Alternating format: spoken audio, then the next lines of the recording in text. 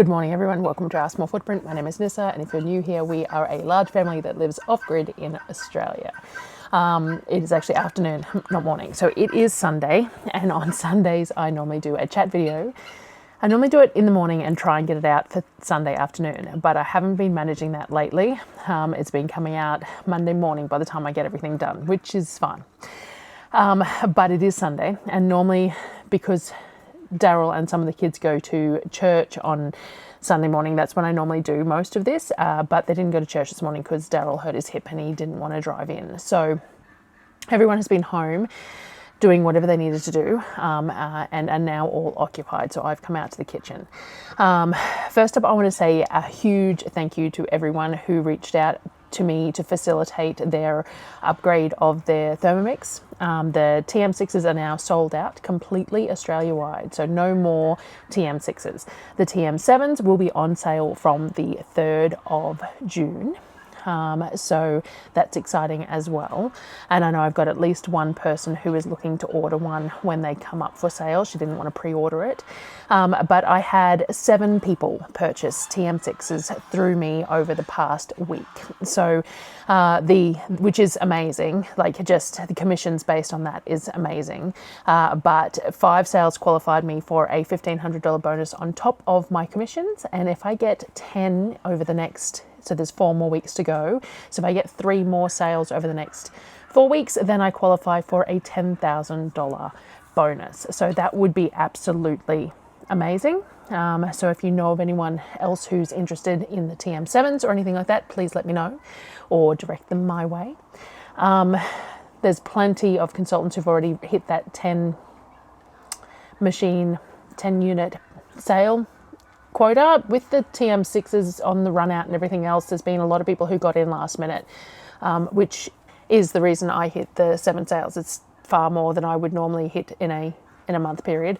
But I am very grateful for everyone who thought of me when they were doing the purchase, and so allowed me to facilitate it and allowed me to access the commission on their sales and put it towards my 10. So thank you. And here's to hoping I get those last 3 over the next 4 weeks and I can get that bonus, because yes, that is a lot of money to us. So I've been doing that for the past couple of days, doing all of the facilitation of the purchases of all of those and getting all the paperwork through and everything else. So I haven't, and it's been raining. It poured night before last, I think it was. It woke me up, it was raining that hard. So my kitchen was flooded as normal and things like that. So I haven't been doing much out in the kitchen. We've just done really super simple stuff. We had leftover hamburger rolls for everyone for a couple of days there. And I think we did bolognese for dinner last night, and they had some leftover rolls with some garlic butter on them to have with that, and that kind of thing. So we've just gone really super simple. I think Sonnet made a pancake bake this morning for the kids for their second breakfast, first lunch or whatever, and it's 1 o'clock, so they have to have eaten something else too because they're all happy inside. But I pulled stuff out of the freezer and stuff, and I haven't got to it yet, so I need to go and assess that. But I thought I might make a big batch of flatbread dough, even if it goes with dinner, because I think I've got a 2 kilo pack of chicken breasts and a 5 kilo pack of thighs, I think, that I was defrosting in the fridge, so I need to pull them out. So that is the plan to do today while I'm chatting. Get the flatbread dough done, and I might do a double batch and do it in my KitchenAid instead of in my Thermomix. I also wouldn't mind making a batch of the chocolate keto biscuits that Darryl and I really like.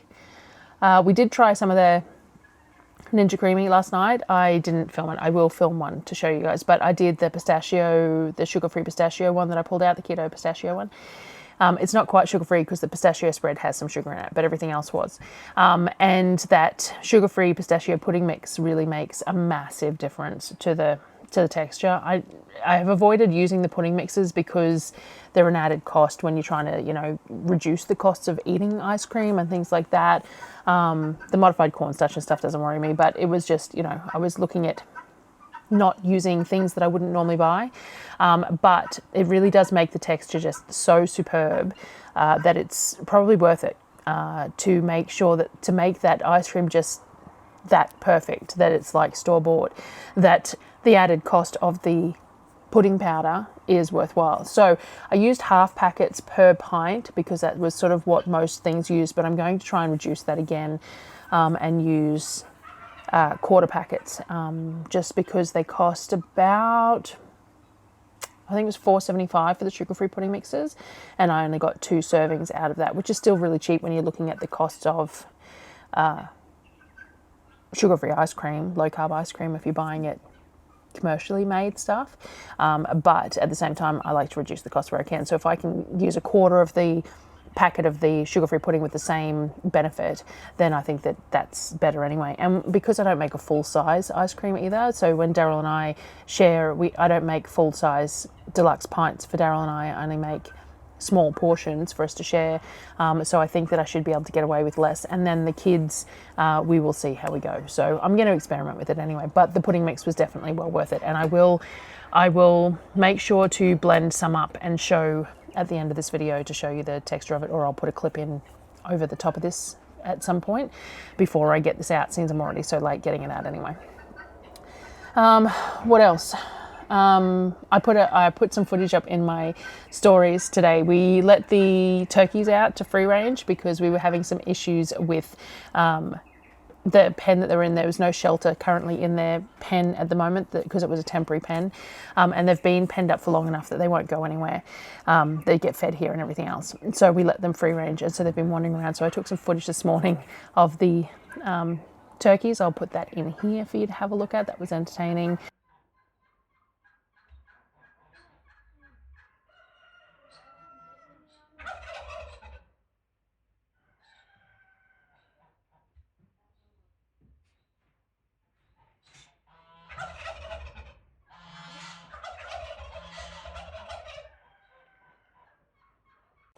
Look at that, Jordan. Got a little beard. Can I put that, Jordan?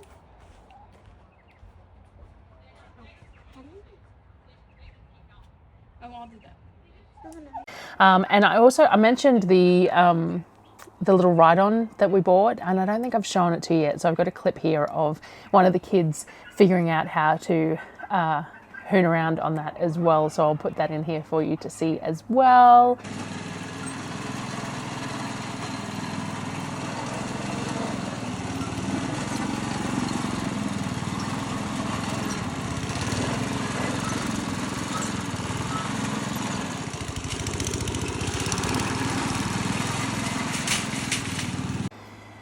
What else do we need to discuss? I'm not sure. Let me get the stuff together to make the flatbread while I'm thinking about it and chatting, because that's what I try and do, is multitask during these Sunday chats. And that I know that I need to do that, and then I'll assess what else I need to do. All right, I do a super simple flatbread recipe, and normally I do it in my Thermomix, but I only do a single batch in there. A double batch won't fit. I could do 2 single batches, one after the other, but I've only got 2 bowls clean, and I have plans for both the bowls, so I'm not going to. I'm going to do it in my KitchenAid, seeing that it is clean, and it means that I can use the bowls, because I need to make a marinade for the butter chicken, and I might make those chocolate cookies too. So anyway, I've only got 2 bowls clean, so I'm going to do this. I've just warmed the water up in the kettle slightly, so for a double batch I'm going to do 800 grams of water. Rolling these out and frying them off is going to be really time consuming, because it'll make probably 60, 70 odd flatbreads, but I'm going to do it because I do the shopping this week. So I'm going to be gone from Wednesday, and if there's extras, they can go in the freezer and they can warm them up while I'm gone. So I'm going to do 200 grams of oil for the double batch. I'm going to do about 30 to 40 grams of salt. And I'm going to do about 30 grams of yeast. Get these nice and puffy, nice and quickly. And I'm going to just put a couple of spoonfuls of sugar in there just to help with that yeast to work out, just to, supercharge it, whatever you want to call it, but it helps. Like 2 teaspoons worth, 10 grams worth. And then flour. So we're going to do 1.6 kilos of flour in that. Now, I'm not actually sure if this bucket is plain or baker's flour, but it doesn't really matter with this one. Someone's moved my stuff around and I can't see a label on anything. All right, and then I'm just going to put it on my KitchenAid and bring it all together. Nice shaggy dough. And then we will let it rest. All right, so that's that in a little over-oiled bowl. I poured a little bit too much oil in it, but it doesn't matter because when you're rolling them out, having that bit of oil helps. So we're gonna let this proof, and we want it to get really nice and proof. So it will take quite a while in this temperature, I'd imagine. I'm just gonna put it aside. There isn't even really any sun to take advantage of, but I'm just gonna put it aside and we will see how it goes, and we'll move on to the next lot of stuff. Let me just have a think. Maybe I'll do the chocolate cookies while I'm chatting so that they can go in the oven. And then I can start on the chicken, and that way I'm not worrying about raw chicken and then cooking cookies and all that sort of stuff. So, and then that way I might leave that above the oven while I am heating the oven and stuff. And then there'll be some extra warmth. That sounds good. Right. We'll do that. So now these keto chocolate cookies that I've been making. Now these originally were, I have made them once before, I hadn't quite mastered them. I'm really happy with them now. And basically they're a rip-off of those Quest frosted biscuits. I got them half price at Coles at some point, and I really liked them. And so that's what I was aiming for. So let me just grab the bits and pieces I need. All right, so I have just made these as absolutely simple as I possibly can. So we have almond flour. Then we're going to add 50 grams of protein powder. I'm going to use this violet crumble one, which we have found adds some really nice flavor to it. It is a whey based one because apparently whey is better for cooking, and this has butter and stuff in it, and Darryl and I eat it, not the kids, so it's not such a big deal, but I should try it at some point with the plant-based stuff. So 50 grams of that. Then we're going to use some baking powder. So some baking powder in there as well. Then we're going to use some cocoa, and we're going to use about 80 grams of cocoa.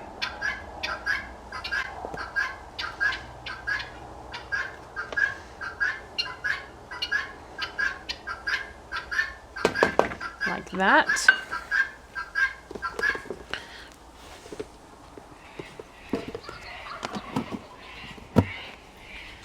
We're going to use about 250 grams of butter.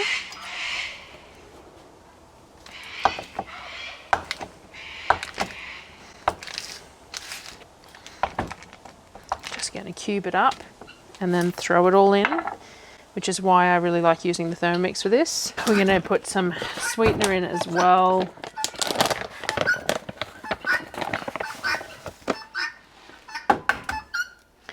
And some eggs.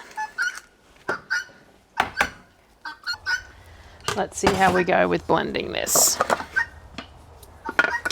So, batter is all mixed now, and all I'm going to do is place scoops of it. Now, I would like to get myself a slightly smaller ice cream scoop and have these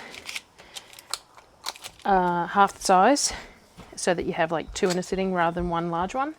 That's just my personal preference. But when I did the nutrition on these, they ended up being about 1.2 grams of net carbs per this size biscuit. So they're nice and low for Darryl's benefit more than anything. I don't keep my carbs as low as he does, but he keeps his pretty low, so gives him something to sweet that fits within the macros that he's eating. So I'm a little bit more on the moderation at the moment rather than strict elimination. So all right, so the bake with me segment of today's video was a flop. Biscuits should still be fine. They're in the oven. I cook them about 160 for about 20 minutes. fairly low temperature, and they end up cakey brownie type like, so that works. Hopefully they'll work, and I'll show you them as well. Now I just need to go and check the chicken and get working on that while I'm chatting. Alright, so the bag of chicken thighs is mostly defrosted. It'll be defrosted enough to cut up, and that's the main thing. So I'm going to mix up the marinade. So I use the Skinnymixers butter chicken as a base to make my canned butter chicken. So that's what I'm going to do. So their recipe is based on 700 grams of chicken, and we've got 5 kilos here. So we've got around about 7 or 8 times the amount, because I like to bump the sauce up a little bit. So we might go with sort of 8 times the amount, I suppose, to bump it up just that little bit more and make sure there's plenty. So we're going to mix up the marinade first in the Thermomix and then I'll cut up the chicken to put in it. So we've got the marinade here. So what we're going to do is we're going to cut this up into a bowl and then get it marinated. All right, because the intention is to can this, I'm just going to cut it into strips like this. We don't want it too small to go in the jars because it'll break down too much. So just want to chunk it up. Alright, so the 5 kilos of the thighs, and we've got the marinade. So all I'm going to do is scrape this out and let it sit on the chicken, and we will make the next thing that needs to be made in the bowl. And then the next part of the recipe gets made in the bowl as well, so that you don't have to wash it in between, which is the process of events for the butter chicken recipe. So all I'm going to do is just get this marinade over all of this chicken, and then we will cover it and let it sit in the fridge until I'm ready to come back to it. Alright, so we're all over the place. I am going to have to flick and change and decide what I'm doing with half this footage, but that's fine. This is the dough. It's doubled, so we're going to tip this out and shape it into 50-gram balls-ish. I'm not going to weigh them. I do regularly, but because we're frying them on a pan, it's not as important for them to be the same weight, because I'm going to visually see them cooking, different to when if you're like putting them in an oven to bake, you want all the balls the same size so that they all cook evenly, but because we're frying them, it's not such a big deal. So all I tend to do is pull them out into 50-gram-ish balls, and we let them rest again. Now if you let them rest again, it's really easy to roll them out. So if you want to roll them out nice and thin, you definitely need to rest them. If you're going for naan style, it's not as big a deal, but at the same time, it does make it easier to roll them out if you rest them. So all I'm going to do is grab the dough out like that, and I'm just going to pinch balls off it like that. Now, as I said, I overdid the oil a little bit, which is making it a little harder to handle, but it will make for nice frying. So I'm just going to go through and do this. All right, so what did we need to discuss today? So we did the Thermomix discussion, so that's cool. I'm very thrilled. I thought 10 sales was completely out of reach, and to have done 7 already is just amazing, so thank you. I had a question. I was going to say, so it's shopping this week, so I leave on Wednesday for groceries. I haven't got my TM7 yet because I didn't make it to the training, so my team leader has it, and she's in Toowoomba. But Darryl actually ended up getting an appointment on Tuesday for him and Sonnet in Toowoomba, so he is going to pick up my TM7 when he's in Toowoomba, but I was thinking I might take it to show Mum, because like the last video I was talking about her having one with a screen. I decided that the 6 probably wasn't best for her because it comes with all the attachments, which is great for a lot of people, but for her would be kind of pointless. She wouldn't use those attachments. They'd just sit in the back room. So if she's going to upgrade, she's probably better off upgrading to the 7. It's a little bit more compact because it doesn't have the arms and things like that, and in her tiny little kitchen. So I might take it to Mum's, and what I'll try and do is maybe make that pasta recipe that I designed for her at her place, and I'll record it and show it off, and then I'll bring it home. So yes, I'll get my TM7 on Tuesday, but I'll show it to you later in the week. Also, next week-ish is 7 years that we have lived out here, which is just sort of unfathomable. So I need to do a bit of a reflection video that I normally do on my yearly or every second year or so. And I was thinking that maybe I would use that, as we've been discussing the whole podcast thing, maybe I'll use that reflection video of the 7 years as the first podcasty type thing. Now I have to figure out where I'm going to set myself up for that. The plan was to build in the back patio out the back of my office space, and eventually have a nice chair out there and a backing and things like that, but we still haven't got it roofed and fenced. That is something that if I get that 10k bonus, that's something that will be paid for out of that. So for the moment I don't really have anywhere that I can sit without interruptions, and I'm not real good with an audience. Like, talking to a camera used to be really, really difficult for me. Now I find talking to a camera much easier than talking to a person, and I find it harder to talk to the camera and talk to you guys who are behind the camera if I have a real person standing watching me as well. Strange, I know. So I think I need to find a spot, maybe out somewhere behind the chicken pens or something, just to sit a chair with the camera and a mic and just be able to talk. And if I aim for like a 45-minute episode or something, and I stick to sort of subject matter on them, and so like this particular one about the 7 years and things like that, and then we can see where we go from there. Now the thing was that, from what I've seen, most people who do something that's slightly different to their norm, they have a second channel that they put it on. But I'm not sure whether that's beneficial or not. If all my videos are similar length, then it's not going to impact me on the algorithm. But at the same time, some people who might like watching all my kitchen stuff won't necessarily want to watch that. I don't know how it works. So for the moment, if I do this first one, it's just going to go up on here, and then I can make a call from there. So to get monetized on YouTube, so if I put it on its own channel, that channel would not be monetized until it had over 1,000 subscribers and over 4,000 watch hours, which when I first started was pretty hard to get to,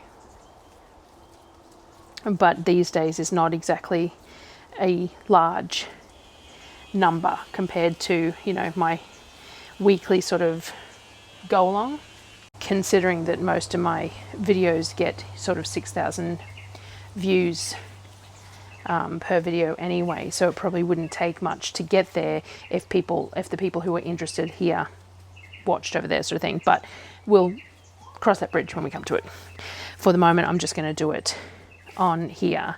So I'll do that one when I come back from the shopping, a reflection of the 7 years and things like that. Something else that got asked recently, so I always try and keep track of the questions that happen in the comments so I can try and address them during these chats. And something else that came up recently was, what was my job and that prior to doing like life like this, because of what appears to be my experience in kitchens and stuff.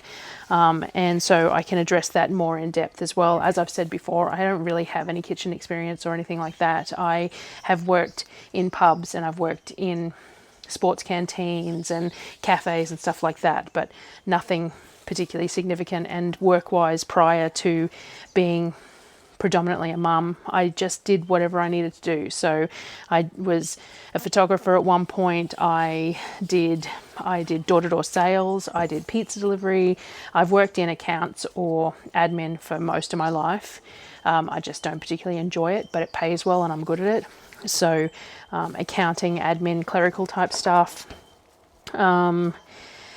both employed by companies and self-employed, just anything that came up. No particular career. I have never had a particular career. I've started a few different uni courses that I haven't necessarily finished. I've done certificates in remedial massage. I've done some other bits and pieces of study, and but nothing, no career as such. But as I said, if we do this podcasty thing, that sort of stuff can be covered more in detail throughout that.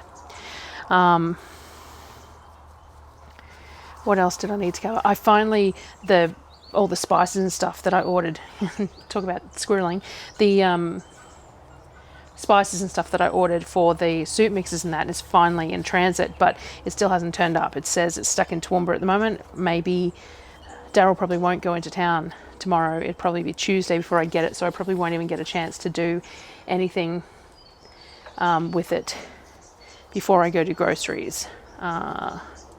So that'll probably be when I get back.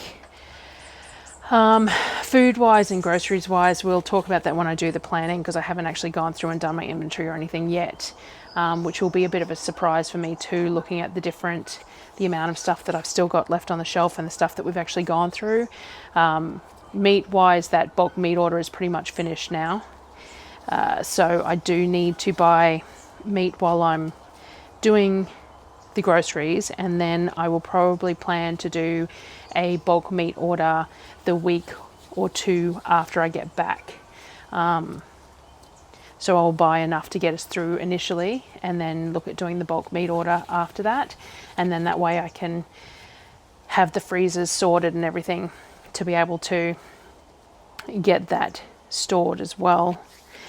Because that's part of the problem. If I do it too soon, like if I do it before I go on the grocery trip, or if it's arriving just when I'm getting back, then it's trying to organize the space for it is always difficult. So it's better to have a little bit of a break either before or after one of the grocery trips, so that the space in the fridges and the freezers is adequate and is arrangeable, so that I can see what we've got and that sort of thing. So if there's any good deals while I'm shopping, I'll grab those. Otherwise, I will get what I need to get us through, and then get a bulk meat order. So, all right, so that's some of the last couple of these are a bit small, but it was too much for one and small for that. So what did we end up with? 2, 4, 6, 7, 1, 2, 3, 4, 5, 6, 7, 49, 50 of them. So they're probably a little over 50 grams if there's only 50 of them in that batch, but that is fine. So all I do then is I give them a little bit of a spray of oil normally, but I think I've still got, no, not enough on there. So I will grab the oil sprayer and spray them and cover these and let them rest for 15 minutes. And then when I come to roll them out, I'll start at the end that's been resting the longest anyway. So let me grab the sprayer.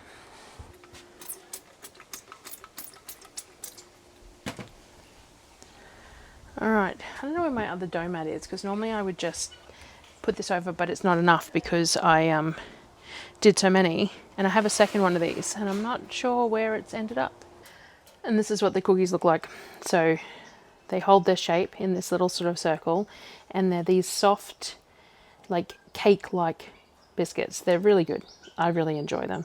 And as I said, they're about 1.2, 1.5 gram net carbs per. So they're a really nice treat to have with coffee. So they worked out fine, even though I had, a little bit of a kerfuffle with them. So that's those. And now I'm just going to let the flatbreads rest for 15. I might go and grab my coffee off my desk. All right. So what am I doing? I have my coffee. I don't know if there's anything else I needed to cover. I've been rambling, and it totally threw me to not be able to do my video like normal with everyone gone. So, and whenever I'm doing these ones, I never know how much footage I've taken until I go to edit it either. So sometimes I sit there and go, I need to talk some more because it's not going to be quite long enough. But then I get to the video and I put it on my computer and it's like 40 minutes and I go, I talked plenty. All right, the next part of the butter chicken is the tomato paste for it. Now, remembering we're doing this about 8 times what we need to. So we've got tomato paste itself. Now the other thing is a 400 gram tin of chopped tomatoes. Now I have 2 of these 800 gram tins and that's it at the moment. Now I am going to blend that through and then I'm going to pour it into something else and then add the rest, because otherwise we're going to end up with too much in the bowl. So what I probably should have done was cooked my onions off first. When you follow the recipe, you cook the onions off in the Thermomix, but because of the size that I do, I don't. So I probably should have diced up the onions first, cooked them off in the pan and then added this, but I wasn't thinking about it. I'm going to put that in the pot and then I will probably cook the onions off in a Dutch oven and then I will mix them together. But what we wanted to do was we wanted to get all that leftover marinade off the sides of the bowl as well. That brings it up to 4. Now these are the last 2 tins of tomatoes that I've got left after making all those pasta sauces and stuff. So I'm just going to use passata, which is just, it's still just tomato. It's just pureed even more, which isn't a bad thing in this particular sauce. So again, this is 800 odd grams, so we're talking 2 tins worth. So if I use 2 of these, we end up with approximately 8 tins worth of tomato.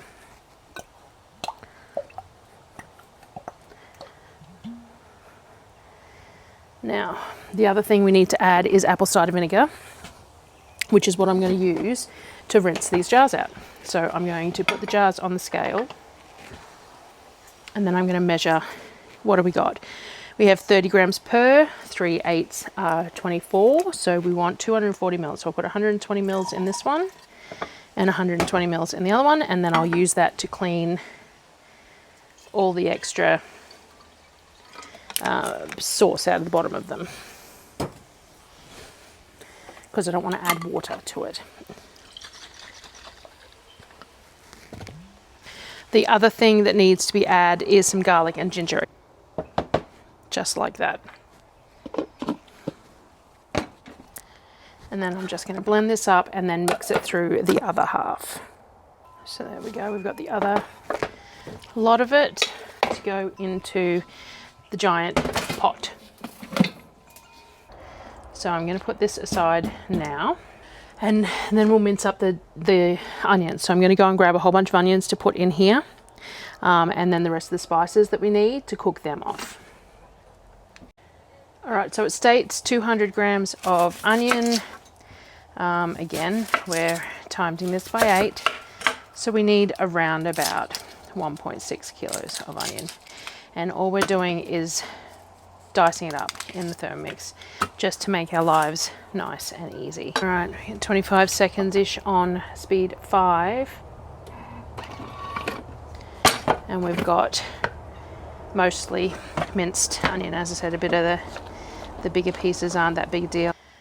All right, so I put a decent blob of ghee in here, nowhere near the amount that the recipe calls for, but a decent amount because we still need some to cook the onion off. And we're going to pour all this onion in. I'm just going to quickly mince up that little bit extra to go in here as well. Right, so we're going to cook off that onion for a bit and I'll get the spices that I need sorted in the meantime. All right, so the onions are well on their way to cooking. We've got all the spices. So the recipe's free online, so I'm not going to go through everything that's in it, but there's cinnamon, cumin, paprika, cloves, cardamom, garam masala, all sorts of things in there. So what we're going to do is we're going to mix that through the onions and cook that off as well. I'm using ground spices and cardamom seeds and stuff like that because I just couldn't be bothered pulling the whole spices out later. So that is why it's all just powdered. So we're going to cook that off for a while. All right, and because I did this around the wrong way, so I should have theoretically cooked this off and then added the sauce to it, except I pureed the other way around. But this pot is not going to be big enough for all that chicken as well as everything else. So I've got the other pot that has the sauce in it. So I'm going to transfer this to the other pot. So I'm just going to move it out of the way, pull the really big pot out, and then this is really hot on one handle. Get this over the heat, and we're going to just scrape all this onion into here now that it's sweated off. As per usual, I have just too much going on at once. This is starting to splatter everywhere. So I am going to turn it down just for a second so that I can open the lid. And then I've got all the chicken to go in. So just turn that down for a second. And we're going to get all this chicken in here, which is going to reduce the temperature anyway, with all the marinade.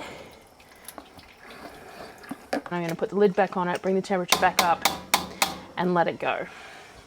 Right, the flatbreads have well and truly rested because as per usual, I'm doing too much.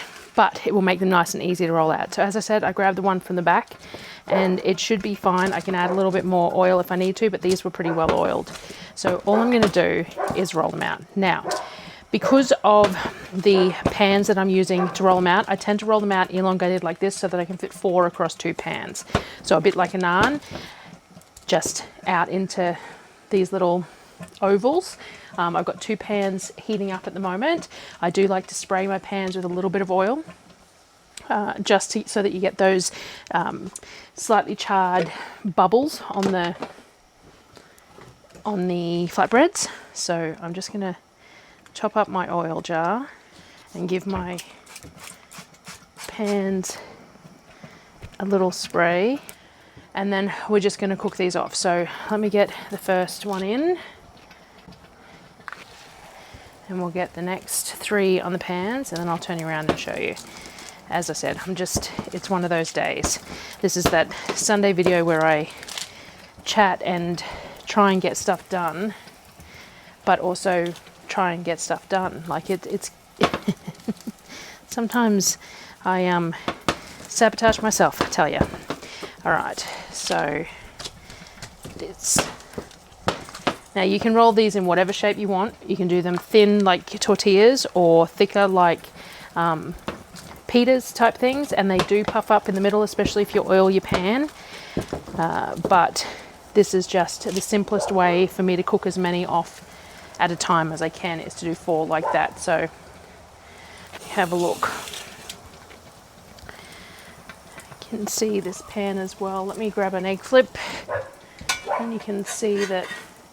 See, this one's got all these lovely bubbles on it. So when I flip that, those bubbles will have more contact and we'll have those little nice blackened little bubble bits, different textures on the breads. So this way I just have 2 pans going, 4 going at a time, and it's just done. All I do is cook them all off, put them all on a plate, and then that's done. So that was my bake with me chat. I don't know, I'll have to, as per usual, I'm going to have to watch this back and see what I said, what I missed, how long it went for, and all the rest of it, and hopefully be able to pull it together. But for the moment, I'm going to cook all these off, and then I will show you the plate, the big tray full of them once they're all done, and hopefully that's sort of it for today.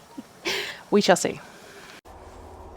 Big tray of flatbreads. So these are super flexible, chewy, versatile flatbreads. So you can put a bit of butter and garlic salt on them and have them like garlic naan.